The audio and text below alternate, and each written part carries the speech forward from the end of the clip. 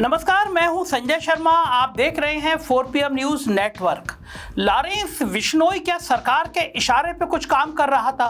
Canada में Lawrence Bishnoi के मतलब क्या है, मकसद क्या है? लॉरेंस बिश्नोई के जरिए सरकार क्या क्या गेम करना चाह रही थी, ये खबर सही है या गलत है? और जो विदेशों के अखबारों में लॉरेंस बिश्नोई और कनाडा के लिंक की कहानियां छप रही हैं, वो पूरी सरकार के लिए बहुत खतरे की घंटी है। अगर मजबूत विपक्ष होता तो शायद इस मुद्दे पर सरकार के पसीने आ जाते। लॉरेंस बिश्नोई की कहानी का मैं एक एक सूत्र आज आपको बताने जा रहा हूं। इस सूत्र में आप पाएंगे कि लॉरेंस बिश्नोई के पीछे कौन है, आखिर लॉरेंस बिश्नोई को हिंदुत्व का एक बड़ा नेता बनाने की साजिश कौन कर रहा है। दरअसल दशहरे के दिन मुंबई में जाने माने पॉलिटिशियन, पूर्व MLA बाबा सिद्दीकी की गोली मारकर हत्या कर दी गई थी। आपको पता है 66 साल के बाबा सिद्दीकी कुछ समय से अजीत पवार की NCP से जुड़े हुए थे, लेकिन इनका 30 साल से ज़्यादा का कैरियर कांग्रेस के साथ रहा था।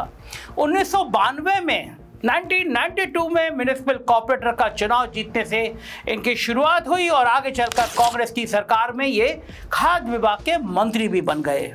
ये लगातार 3 बार की मुंबई की बांद्रा वेस्ट असेंबली सीट से MLA रह चुके थे।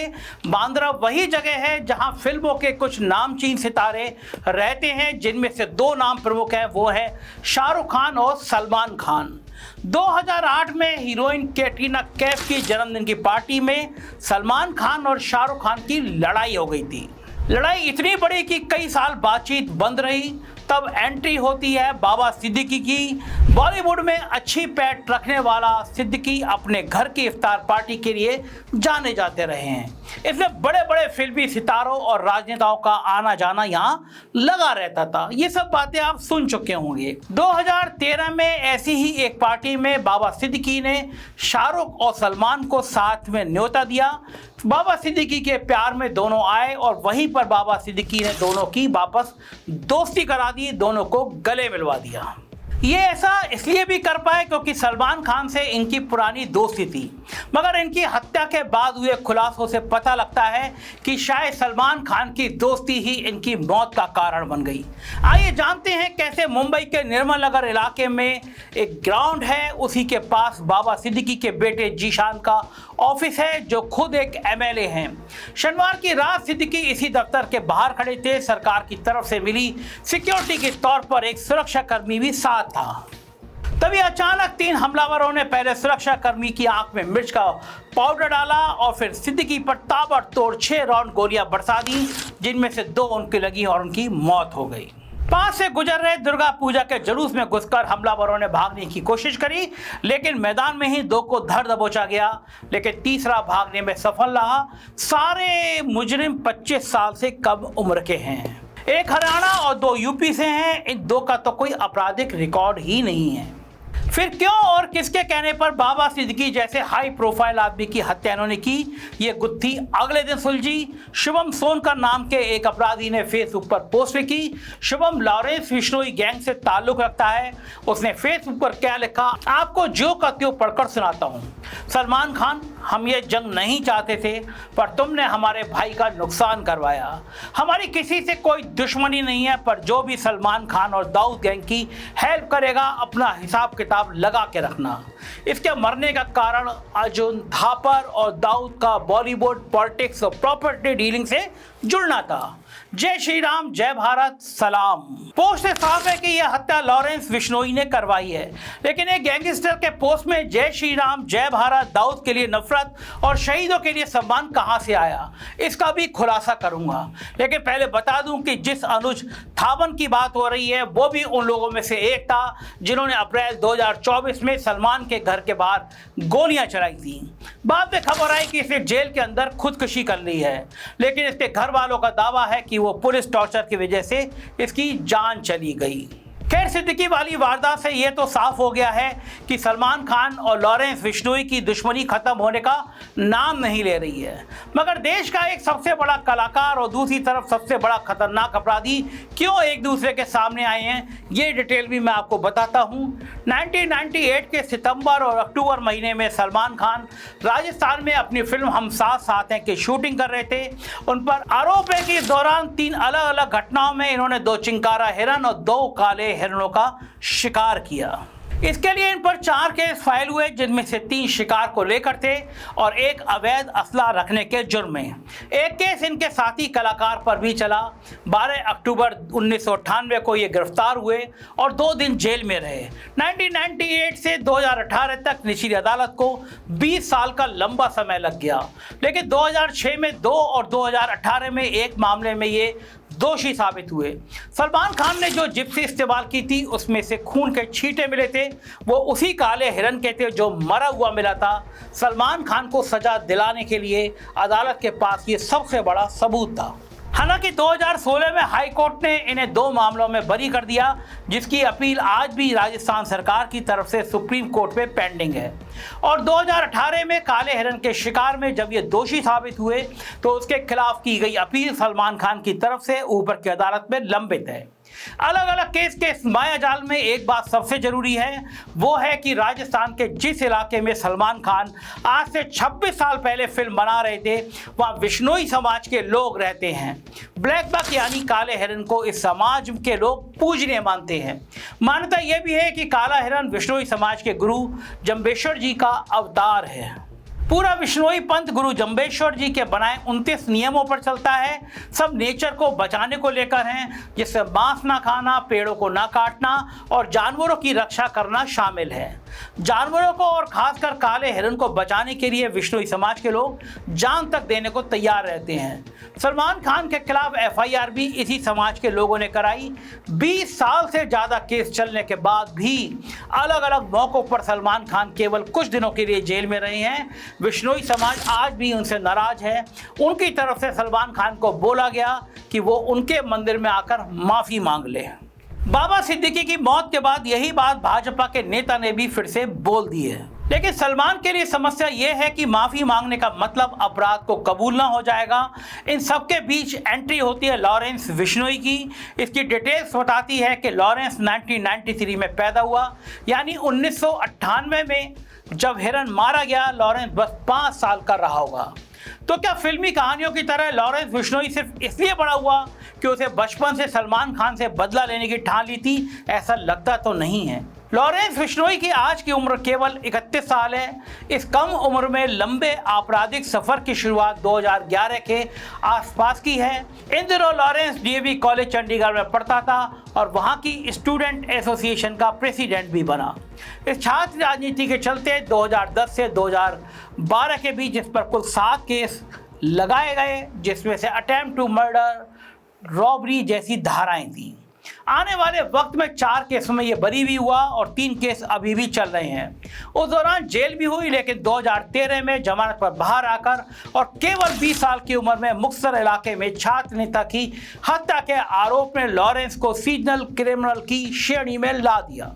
2014 में एक पुलिस एनकाउंटर के बाद लॉरेंस को गिरफ्तार किया गया और तब से ये जेल में ही हैं। हालांकि जेल से अपने अपराध का ऐसा सिंडिकेट चला रखा है कि सुरक्षा एजेंसी भी सकते में है। 2023 में जेल में बैठे बैठे इसने ABP न्यूज के पत्रकार को इंटरव्यू दे डाला। यहाँ इसने फिर से यही बात कही कि इसके जीवन का सबसे बड़ा मकसद सलमान खान को मारना है। इस तरह जेल से इंटरव्यू की घटना पर पंजाब हाई कोर्ट ने जांच के लिए SIT बिठा दी। सुप्रीम कोर्ट ने पत्रकार की गिरफ्तारी पर तो रोक लगा दी, लेकिन जेल से इंटरव्यू यानी सुरक्षा में सेंध पर काफ़ी चिंता जताई। बात सिर्फ इंटरव्यू देने तक नहीं थमती। विश्नोई ने जेल से ही अपना पूरा नेटवर्क चला रखा है। वॉइस ओवर, इंटरनेट प्रोटोकॉल और डिब्बा कॉलिंग जैसे आधुनिक तरीकों से अनट्रेसेबल कॉल्स की जाती है, जो पकड़ में नहीं आती है, जो पुलिस के सर्विलांस नेटवर्क में भी नहीं आती है। इन्हीं तरीकों से लॉरेंस जेल के अंदर ऑर्डर कर देता है और 5 राज्यों में फैले 700 शूटर हुक्म बजाने को तैयार रहते हैं। देश से बाहर भागे हुए इसके 2 साथी गोल्डी बरार और रोहित गोदारा और खुद का छोटा भाई अनमोल विश्नोई बाहर से नेटवर्क देखते हैं। जिस तरह फिल्मों में जब कोई हीरो किसी गैंगस्टर का रोल करता है तो उसके आसपास रॉबिन हुड सरीका एक माहौल बना दिया जाता है, जैसे कि वो दिल का बहुत अच्छा है, मजबूरी में अपराध की दुनिया में आया, वैसे ही देशभक्त है, वगैरह वगैरह। कुछ इसी तरह लॉरेंस बिश्नोई भी अपने आप को प्रोजेक्ट करता है। इस बात के 3-4 पहलू हैं। नंबर 1, भारत के सबसे बड़े भगोड़े अपराधी दाऊद इब्राहिम को भी यह अपना दुश्मन कहता है। बाबा सिद्दीकी की हत्या के बाद भी यह बात फेसबुक पोस्ट में कही गई, लेकिन इस बात का दूसरा पहलू भी मैं बताने जा रहा हूं कि लॉरेंस बिश्नोई बॉलीवुड में अपनी ताकत बढ़ाना चाहता है। बॉलीवुड में ग्लैमर भी है और पैसा भी, इसलिए 70 से 90 के दशक में मुंबई माफिया के 3 बड़े धंधे थे: स्मगलिंग, एक्सटॉर्शन और बॉलीवुड में दखल। लॉरेंस बिश्नोई गुजरात की साबरमती जेल में स्मगलिंग के केस में बंद है। एक्सटॉर्शन यानी फिरौती की कॉल उसके गैंग के लोग बिजनेसमैन को करते रहते हैं। बचा बॉलीवुड, जहां सलमान के काले हिरन मामले ने लॉरेंस को बॉलीवुड में अपनी पैठ बढ़ाने का बहाना दे दिया है। नंबर 2, हिंदू देवी देवताओं की रक्षा उठाने का जिम्मा भी लॉरेंस का दावा करता है, इनका गैंग दावा करता है। इसके तहत काला हिरन मामला तो है ही है, लेकिन ताज़ा खबर बता रही है कि लॉरेंस की हिट लिस्ट में मुनव्वर फारूकी का नाम भी शामिल है, जो एक स्टैंड अप कॉमेडियन है और अपने एक शो में हिंदू देवताओं पर आपत्तिजनक टिप्पणी के लिए कुछ दिन जेल में भी रहकर आ चुका है। नंबर 3, और बड़ा महत्वपूर्ण 3, इस बिंदु पे खास ध्यान दीजिएगा, खालिस्तानी एजेंडा के पूरी तरह खिलाफ है लॉरेंस गैंग। कनाडा पुलिस ने अपने कोर्ट में यह बयान दिया है कि भारत सरकार लॉरेंस गैंग के गुर्गों की मदद से कनाडा में खालिस्तानी आतंकियों को टारगेट करती है, खालिस्तानी नेताओं को टारगेट करती है। उनके शब्दों में इस दावे में कितनी सच्चाई है या नहीं, ये तो वक्त बतलाएगा, लेकिन जिस तरह सलमान खान की पीआर टीम काम करती है, वैसे ही लॉरेंस भी अपने आप को प्रोजेक्ट कर रहा है। इसके अलावा शिकार के मामले और फुटपाथ पर गाड़ी के नीचे आदमी मारने के आरोपों के बाद भी सलमान खान की एक अच्छी पहचान है, जिसमें वो बीइंग ह्यूमन नाम से चैरिटी करते हैं। अलग अलग वक्त पर लोग इनकी दरियादली की तारीफ भी करते हैं। उसी तरह मनमाने तरीके से लोगों की जान लेने के बावजूद लॉरेंस गैंग हमेशा एक जस्टिफिकेशन देता है। अपराध होने के बाद इनकी तरफ से किए खुलासे हमेशा एक कारण देते हैं, जैसे सिद्धू मूसेवाला ने इनके दोस्त को मरवाया इसलिए उसको मारा, बाबा सिद्दीकी का दाऊद के साथ कनेक्शन था इसलिए उसको मारा, सलमान खान ने काले हिरन का शिकार किया इसलिए उसको मारेंगे। अगर इस तरह सब कहने और करने लगेंगे तो फिर कानून और अदालत का काम कहाँ बचेगा, और शायद कानून वाकई में कमज़ोर हो चुका है जो इस तरह का माहौल है।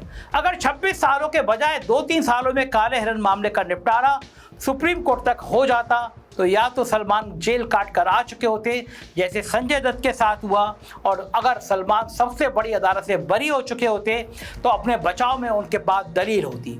और दोनों ही शर्तों में लॉरेंस बिश्नोई के पास 2018 से आज तक सलमान को टारगेट करने का कोई कारण नहीं होता। इसलिए काले हिरन के मामले में सबसे बड़ा अपराधी है कछुए की चाल से चलने वाली हमारी न्याय व्यवस्था।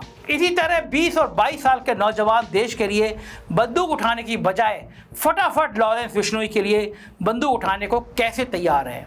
नशे और बेरोजगारी से घिरे हुए पंजाब में हर पार्टी की सरकार आई, मगर वही ढाक के 3 पात। बेरोजगारी का यह जाल तो हर शहर और प्रांत में फैल रहा है। मैं भी कश्मीर होके आया, वो भी ड्रग्स के जाल में फंस गया है। तो अगर सरकार अपने युवाओं को अच्छी शिक्षा और रोजगार की उम्मीद देने में नाकाम है तो फिर ये सब तो होना है। और साथ ही हमारी फिल्में और उनके गाने अपराध को ग्लोरीफाई करेंगे। छोटे बच्चे अगर बंदूकों के गाने सुनकर बड़े होंगे और फिल्मी पर्दे पर डॉन, पठान और मुंबई मेरी जान जैसी फिल्मों के हीरो को गैंगस्टर में देखेंगे तो अपराध की दुनिया में कदम रखना उन्हें उतना मुश्किल नहीं लगेगा। अब यहाँ कुछ लोग सवाल पूछ सकते हैं कि हर बेरोजगार तो अपराधी नहीं बन जाता, फिल्में देखकर सबको तो गैंगस्टर नहीं बन जाते, फिल्में सबको तो गैंगस्टर नहीं बना देती। मेरा ऐसे लोगों से सवाल है, क्या हमें देश के हर युवा के अपराधी बनने का इंतजार है? अगर केवल 31 साल का एक लॉरेंस बिश्नोई 700 लड़कों के साथ पूरे देश की कानून व्यवस्था को हिलाए रख सकता है, सोचिए अगर ऐसे 100 लॉरेंस और हर एक के नीचे 700 युवा जुड़ गए तो देश कहां जाएगा। सलमान खान के काले हिरन मामले में अंतिम फैसला अभी सुप्रीम कोर्ट को करना है और कोर्ट को ऐसा जल्दी करना चाहिए ताकि पूरे मामले की क्लोजर मिल सके। वहीं दूसरी तरफ युवाओं से मेरी अपील है कि लॉरेंस बिश्नोई को अपना आदर्श ना बनाएं। जेल से अपराध का साम्राज्य चल सकता है, मगर माँ का आंचल, बाप की मुस्कुराहट, बीवी बच्चों की खुशियाँ हमेशा के लिए दूर हो जाती हैं। और जनता के माध्यम से मोदी सरकार से मेरी अपील है कि देश में कानून का राज तभी होगा जब कानून की प्रक्रिया तेज होगी। इसी तरह मेरे साथ मिलकर आप सही मुद्दे उठाते रहिए, सरकार से सवाल पूछते रहिए। जय हिंद। आपकी राय का इंतजार रहेगा। खबर आपको कैसी लगी जरूर बताइएगा। चैनल को सब्सक्राइब और ज्वाइन कीजिएगा। शुक्रिया।